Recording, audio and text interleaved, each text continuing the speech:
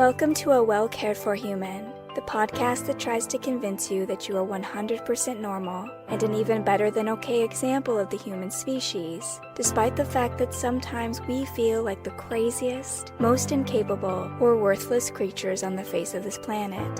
I'm Kory, an author, a creative, and the host of the show. Whatever you're bringing to the table today, I hope this episode proves to be a dose of inspiration for you on your quest to become a well-cared-for human. You can find the episode show notes, your free wellness blueprint, and more at awellcaredforhuman.com. And as always, thank you for listening. Hello humans, it's your host Kory, and today we're going to talk about self-compassion, finally. I know that many of you have asked me for this episode, or you've asked me what self-compassion is, because I've mentioned it in many other episodes, probably every other episode for the whole 80 that we've done so far for this series. And the reason why I have not yet dedicated an entire episode to self-compassion was twofold. There was two reasons. The first was self-compassion is a core component of having a loving connection with yourself. And so for that reason, because this entire podcast is about loving yourself and taking good care of yourself, I'm essentially touching on self-compassion all the time. And so it was hard to think about how I was going to isolate that idea and then also to break it down into a 20-minute episode. So I kept glossing over this idea of self-compassion until I could think of a more solidified way to share the subject with you, to give you a more concrete example of what I mean when I talk about self-compassion. But now that time has finally come, and we're going to jump right into it since, again, I try to keep these episodes at 20 minutes or less. First, let me give you the textbook ideas around self-compassion. And then I'll get more personal and talk more about how self-compassion fits into my life, how it connects to the 4 pillars of wellness that we've talked about so far, and then also how you can start practicing self-compassion for yourself, because that's probably the most important of all the things I could say about self-compassion, which is how are you going to do it for you? Self-compassion refers to the practice of treating yourself with kindness, with understanding, and with acceptance, particularly when we are facing our personal failings or we're dealing with challenging situations. It involves being very mindful of our struggles, of our suffering, and responding to that with warmth and care rather than being really hard on ourselves. It's much more like how you would talk to a friend or treat a friend or someone that you really love when they're going through something, rather than how we talk to ourselves, which is usually a lot more critical, a lot more harsh. Generally, self-compassion consists of 3 main components. At least this is how it's described by a researcher of self-compassion, Kristen Neff. And she says that it's composed of self-kindness, which is being gentle and understanding with yourself rather than being really self-critical of yourself and of what you do, particularly when you are faced with something, how you react to something, or your perceived shortcomings. So for example, if something happens and you react badly, instead of being like, oh God, why was I so stupid? Why did I do that? That's being really hard on yourself in a situation rather than accepting, it's like, well, I panicked and that's what I did. Instead of kind of being more understanding and loving and accepting of who you are. And then also personal shortcomings if you're really struggling to overcome something. Let's say, for example, when I was dealing with my eating disorder, I was really self-critical about my inability to break the habit right away, breaking the binging and purging habit instantly. I was really hard on myself. I was like, I must be the stupidest, weakest person in the world because I can't stop myself from doing this. But that's not true. That's just my overly critical, harsh view of myself. Another aspect or component of self-compassion is common humanity. So that is recognizing that suffering, that being personally flawed, that these are part of the human experience. It's a shared experience. There's no one out there who's got it all figured out, who's getting everything they want all the time, no challenges, no roadblocks. They're just living their best lives without any kind of setbacks or obstacles.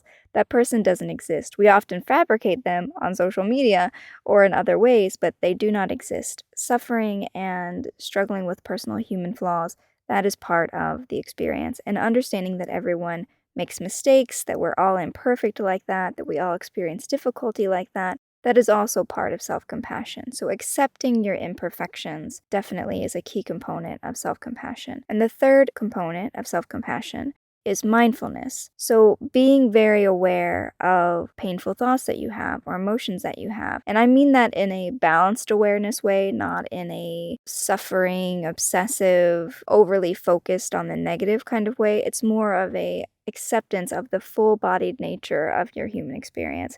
Don't over-identify with terrible things that happen to you. Don't fall into victim mode necessarily. Just being aware that these things have happened and also acknowledging and accepting your feelings about the things that have happened without suppressing or exaggerating them, because that's two different polarities there. So for example, mindfulness would sit right in the middle. I guess we could imagine a seesaw, the seesaws that were on playgrounds when we were kids, and one person sat on one side and one person sat on the other side. And if they were about equal in size and weight, the seesaw would be perfectly balanced. And so in the middle of that seesaw is mindfulness, which is awareness, which is perfect balance in this situation. And then on one side, it would be suppression, which is where you're completely detached and unaware of your feelings, your emotions, your views of the things that have happened to you. And on the other side would be exaggerating, like, oh my God, that was the worst thing ever, and I'm the worst person, and just basically an overblown analysis or view of the things that have happened. So suppression is complete denial. It didn't happen.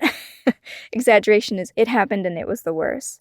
Mindfulness exists somewhere between those two extremes, which is where you're holding space for the terribleness of whatever it is that happened to you, but you're not letting it consume you at the same time. So those are the three components, and the research shows us that cultivating self-compassion, being mindful of our feelings and emotions, keeping these things in balance has a lot of psychological benefits for us, including increased resilience, which is our ability to bounce back when difficult things happen, improved emotional well-being, our ability to remain stable, to remain even in our emotions, to feel good about our emotional landscape also. And cultivating self-compassion also allows us to develop a more positive outlook on life. We just see things as more workable, easier to deal with than when we don't have self-compassion. Things are a lot harder when we don't have compassion for ourselves. It's a lot more difficult to deal with stress and anxiety and depression when we do not have a loving connection to ourselves, when we do not view ourselves in a loving way.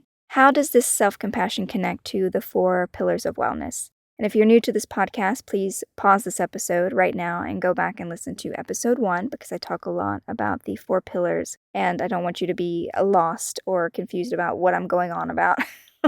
If that doesn't mean anything to you. But essentially, for those of you who are not new here, if you're picturing clearly in your mind your little Grecian temple with your 4 pillars and your inner sanctuary of wellness, let us continue. And I want to start off by pointing out that many things affect our wellness in the world. Basically anything external. So when someone we love dies, or if someone we care about leaves us, or a relationship that mattered to us starts to disintegrate, or something we really wanted or we worked hard for, it falls through, it doesn't come to fruition like we wanted. Any kind of loss or setback or heartbreak, all of these events do damage to our 4 pillars. It shakes our sense of well-being, it shakes our sense of confidence in ourselves. And while that damage is hurtful and it can be difficult to repair or rebuild, nothing is as destructive as a lack of self-compassion. And what I mean by that is try to imagine that external events, things you can't control, like the loss of a loved one or the end of a relationship, that is more like a cannonball hitting your temple.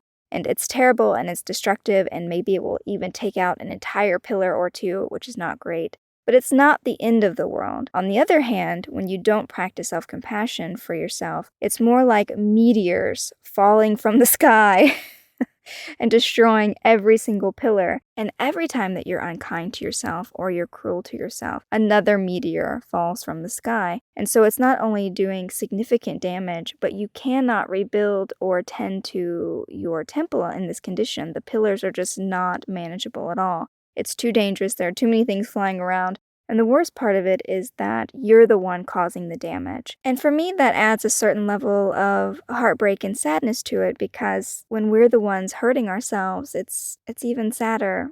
And I know why we do it. We do it because someone or something convinced us that we're not worthy and we're not lovable. And so we've now taken the destruction to ourselves. Sometimes I imagine it's kind of a graphic image, so if you don't want to hear it, skip ahead. like hit the forward 10-second button or something. But essentially, I imagine if you had a abusive person in your life for a long time, for example, and they were the ones who were always abusing you, but then you managed to get them out of your life, and so now you're the one who deals the blows. So if someone was beating you, for example, now you're the one who beats yourself, and you say all the same things to yourself that they used to say, even though they're no longer in the picture. And that's very much what like a lack of self-compassion is. It's that even if the external factors are no longer present, the damage we're dealing to ourselves is still incredibly destructive. And it's worse because it's coming, it's Halloween right now, so the image is the call is coming from inside the house. And if you're not from the US and you have no idea what that's about, there's like a horror movie where this girl was getting creepy phone calls on the phone from someone, and she thought she was safe because she had locked herself up in the house, but then the police call her and tell her that the call is coming from inside, which means the bad guy's hiding in the house. And I'm getting way too distracted with my mini metaphors here. But the point is that I'm definitely guilty of dealing a lot of damage to my own mental health and my own mental well-being, and I'm sure at least some of you are as well. And so it can be really difficult to see ourselves clearly. It can be really difficult to love ourselves, to speak to ourselves kindly. At least in my case, especially, I was very hyper-focused on what was wrong, quote, wrong with me, what needed to be fixed, that I just did not understand the context of my situation. So, for example, when I was first getting away from my terrible family, my terrible circumstances, I was so desperate for a motivation and drive to do that work because it was really difficult, and I was so tired and I was so beat down on a physical and mental and emotional level that I needed to generate some kind of motivation to move forward.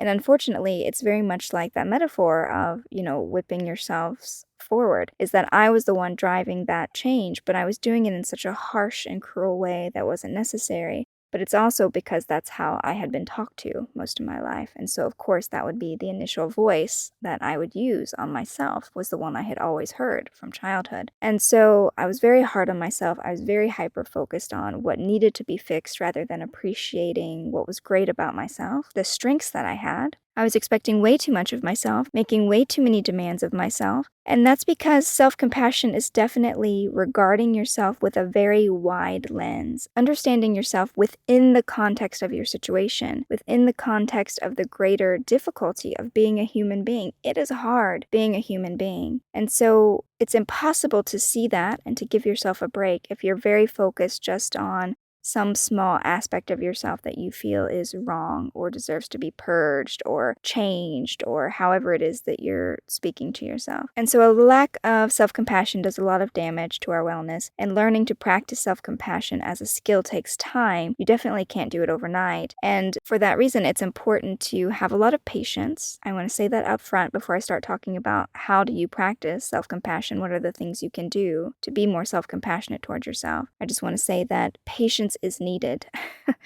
You didn't get the way you are overnight, and you're not going to change completely how you speak to yourself, how you treat yourself overnight either. So keep that in mind, and don't be too hard on yourself that you're not being nicer to yourself sooner.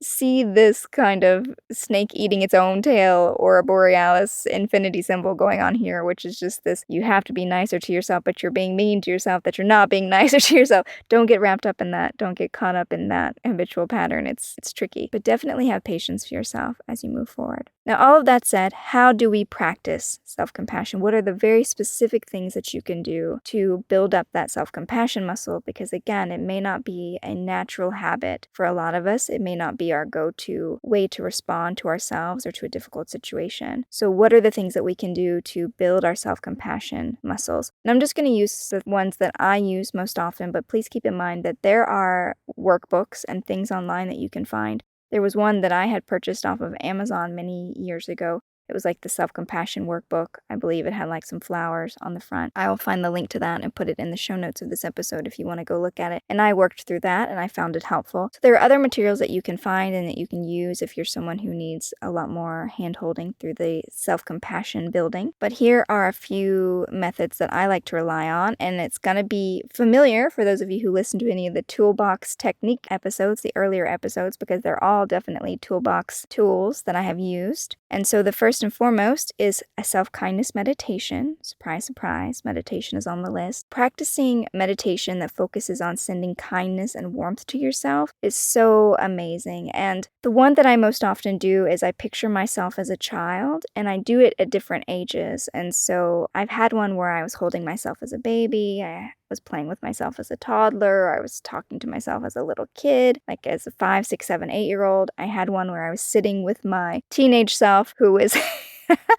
who was 100% goth with the black nails and the shoving a safety pin through her ear or whatever. I don't even know what all I did.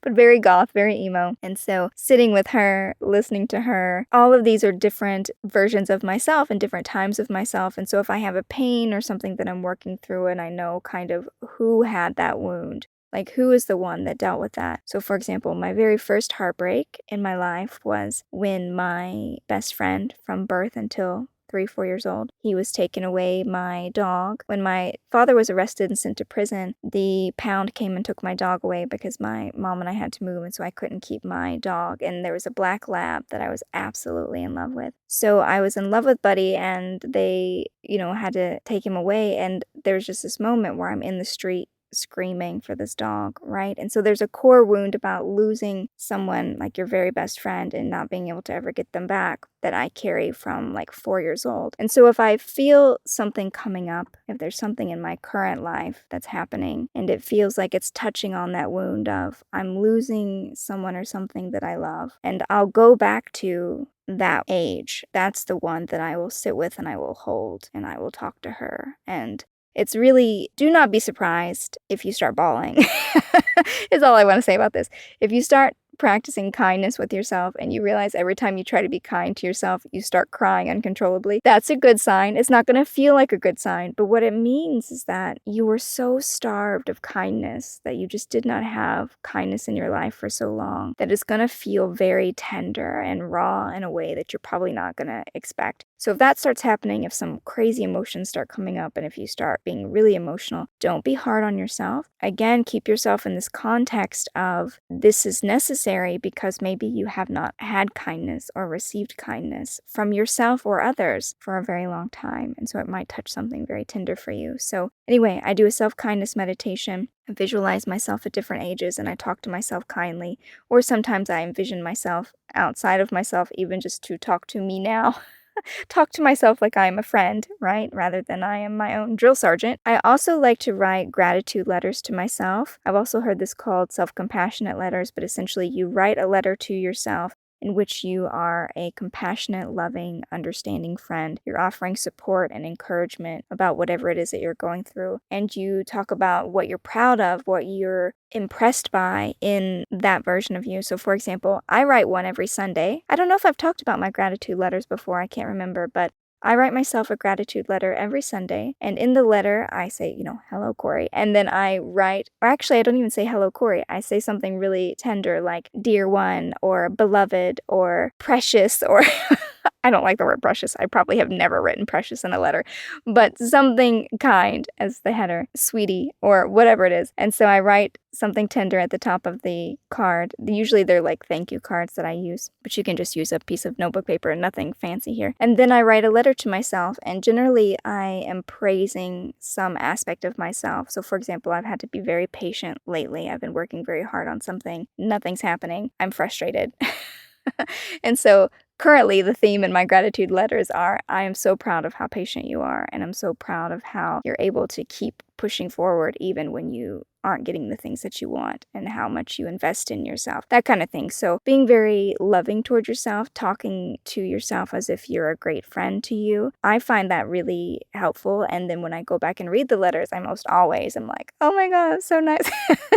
Sometimes I cry, or sometimes I'm just like, oh, that was really what I needed to hear today. And so you can try compassion letters or gratitude letters. You can also just take mindfulness breaks, so short breaks in the day where you just check in with yourself and you see how you're feeling. And for example, if you're realizing that you feel kind of sad today, you're just like, that's okay. That's okay that you feel that way. Do you need something? Do you need to take a rest? Again, talking to yourself in this very loving way when you check in with yourself. You can also do self-compassion affirmations, so you can create and repeat your affirmations that promote self-acceptance, kindness, understanding, anything that you think you need to hear that maybe you didn't hear in the past. So for example, if you really struggle with your view of yourself as a strong person, you could have an affirmation that is affirming that, such as, I'm a very strong person, I'm a very loving person, I'm a very kind person. However you want to word it, affirmations are very personal, so it's hard for me to give you examples here. But do whatever it is that you need to hear.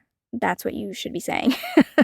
And you'll know what you need to hear. Think about maybe something that you wish someone that you loved had said to you if you have a parent that you don't have a great relationship with, or a relationship that ended, and you think about the thing that you wish that they had said to you.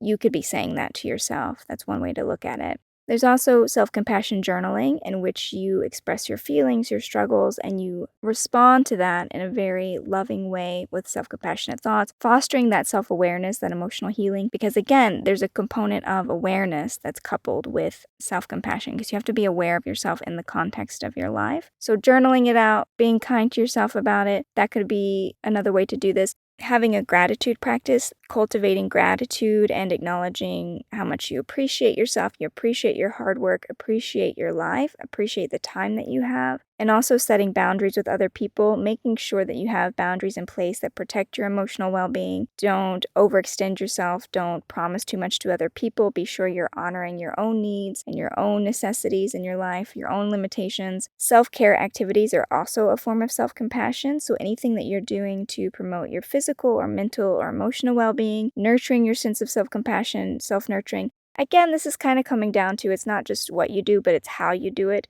I think I had an episode on that, which was essentially like if you're brushing your hair at night as something that's nice for you. If you're doing it thinking about what a lazy bum you are and you didn't get enough done today, that's one way to brush your hair. But it's much more of a negative experience, right? But if you're brushing your hair and you're thinking really kind things about yourself, like, you did really good eating a healthy lunch today, even though you really wanted to eat that whole 8-pack of donuts or whatever. I don't know what your goals are, so again, it's hard to come up with examples, but there's 2 ways to do it, lovingly and not lovingly, and you're going to know which one that you're doing when you do your self-care practices. So just make sure that when you're practicing your self-care, that you're speaking kindly to yourself, you're speaking lovingly to yourself, and you're developing, again, it's that muscle, developing that muscle. Anything that you can do, and particularly the journaling that I just mentioned might be a good one for this, but whatever you can do to help contextualize yourself in your life. So for example, maybe you struggle with drinking. Why?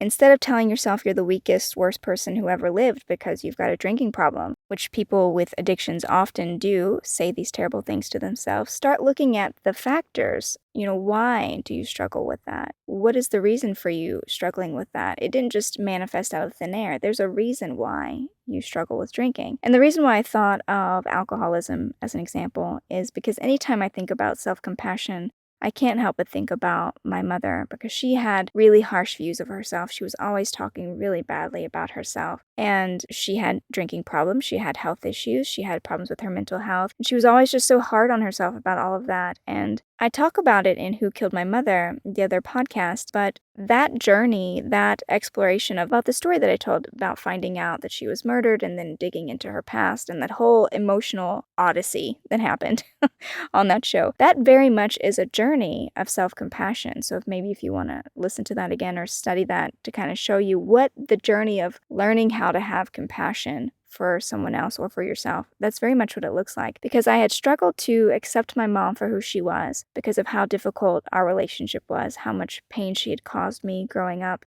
It was just really difficult for me to see her suffer the way that she did because I loved her so much. She was my mom. I didn't want to see her like that. And then when she was murdered and I went through the whole investigative process and people from her past were coming forward and telling me about the things that had happened to her, about things that had basically traumatized her, that was the widening of the lens. I didn't just see this person who had hurt me. I started to see my mother in the context of her life. I saw her in a way that I had never seen before. She wasn't just this mentally ill person with a drinking problem who terrorized me for 20 years. She became much more full-bodied. I realized realized how strong she was. I realized how much she had been through. I realized how much she had tried to overcome, but she couldn't because she didn't have a lot of the support and resources that she needed to do that. I was able to realize how much she loved me and how much that love showed through even in difficult times. Now that I was able to see that in context, I was able to understand why she was still stuck in the patterns that she was with her family, with her really destructive family, and how the lack of financial independence played into that, because you can't really escape people if you're financially bound to them, if you don't have the means to get yourself out of those situations, to get yourself to a safer place. You need money to get safe, is the unfortunate truth. And for a lot of women in domestic violence situations, they're in those situations not because they don't know how to get out of it, it's because they literally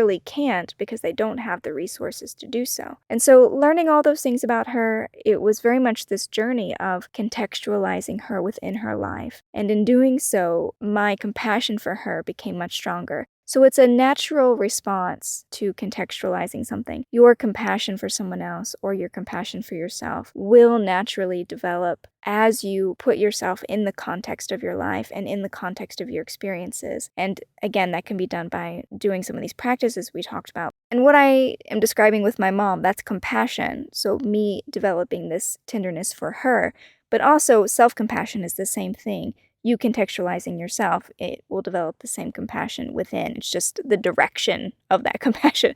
Compassion is for someone else, self-compassion for you. It's just, where is that pointed? So I really encourage you to do whatever you need to do to start looking at your life, to contextualize your experience, and to bring a lot more of that understanding and tenderness into the equation. How you think about yourself, how you view yourself, how you talk to yourself. Develop that any way that you can, because it's absolutely essential in order to make progress in any of these other areas of your life. Because I've had a lot of episodes about how to work on this and how to do this and what you can do about this and so on and so forth. And I would say that at the base of your temple, what those 4 pillars are resting on is self-compassion. So the more that you can invest in that, the easier it will be for you to build and maintain the other pillars. So start looking at your life, thinking about your experiences, start to see yourself as a whole person, and I am sure that you will find that you are much more lovable than you think. And that's it for today, dear human. As always, I hope you found this episode useful. And if you would like to write into the show today and ask me for my thoughts on something that you're dealing with, I would love to hear from you on any of my social media or through my email at kory@koryimshum.com. Otherwise, I will be back next week with another episode of A Well Cared For Human, and until then, please take good care of you. This episode of A Well Cared For Human was written and produced by me, Kory Marie. The music was by Late Night Feeler and Esther Abrami. If you like what I'm doing here, please consider visiting my Patreon. For as little as $1 a month, you get early ad-free access to the episodes, as well as a monthly patrons-only Q&A, bonus videos, and more. Not to mention that your Patreon support lets me know that you find value in the show and want it to continue. You can find me on Patreon by visiting www.patreon.com/Kory Marie. If you can't support the show financially, that is okay. You can still subscribe to the show, leave a review of the show, and recommend the show to your friends, not just the neurotic ones. All of this helps so much. And as always, thank you for listening.